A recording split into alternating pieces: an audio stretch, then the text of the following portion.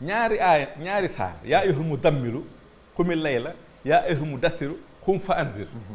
ñaari xum la ñaari saar la muzammilu aji sàngu la mudassiru aji sàngu la waaye kii daa sàngu guddi kii sàngu bëccëg ki sàngu guddi mooy xatmiya dañ koy nëbb muy xumil layla ki sàngu bëccëg mooy xatmiya xum fa anzir boo ko déggul nag doo xam lu tax si camate yaa ni ndax dañoo laaj cheikh ay yukdabu alayka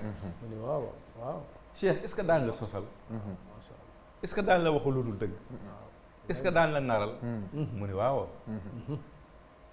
niñ koy defale ñëpp lañ ma koy defale waaye nag iza sami'tumu anni shay'an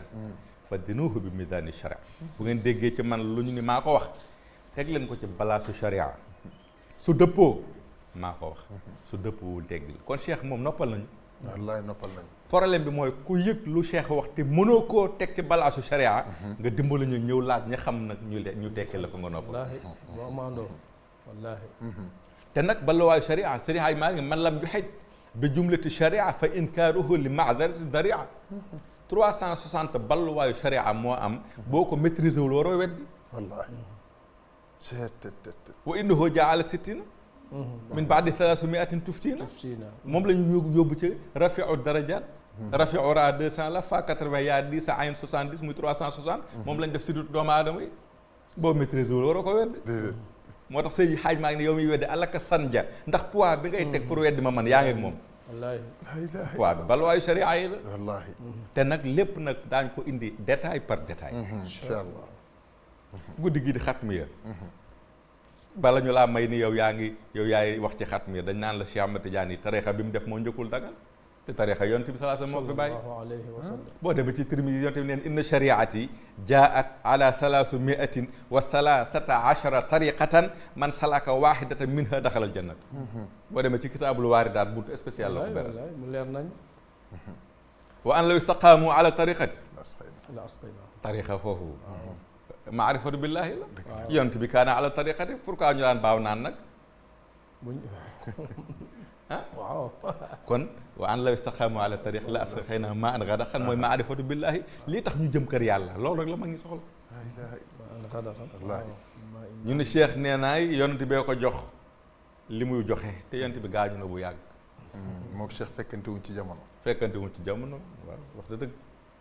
imam ali neen tahaddasu naas ala qadri uqulihim nit ñi bu ngeen dee wax ak ñoom wax leen ñoom di loolu ak seen niveau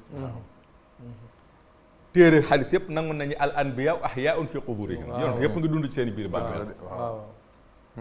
wallaahi sans exception waaw soo ko weddee ma la isra wal mi'raj yonent bi moo ko def fii waaye nee na romb naa Moussa ma nga ca bàmmeelam dinaa fi la keroog jiite na leen julli wa taqaddamta li salaati fa sallaw kulluhum muqtina wa antal imaamu lan moo tax mu leen di jiite te ñu faatu bu yàgg bokkuñu génération waaye yemu ca yàlla nee na Moussa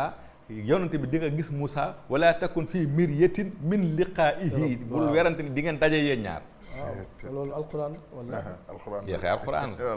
la waaw léegi kon buñ nangoo ni yonante yi ñoom ñu ngi dund ci seen biir bàmmeel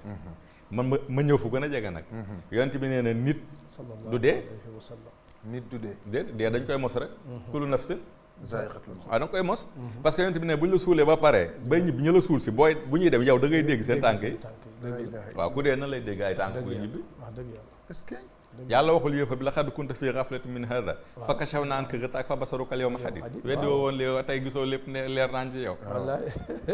yonent bi rayul waa Uhud ba pare def leen ci kàmb ni leen Badar li leen yàlla diggoon def na leen ko waxoon na leen dina ma may na ma yéen ñëwoon na dina leen toroxal aman ne ko ndax da ngay wax ak ñu dee mu ne ko ni ngeen may déggee ñoom noonu lañ may déggee mais dañoo mënta tontu boo demee ci kitaab al-Fajru Sadiq da nga fa fekk yi may wax yëpp mu bidu kon ñun amuñu problème mu kan mooy yonent bi sallallahu alayhi wa sallam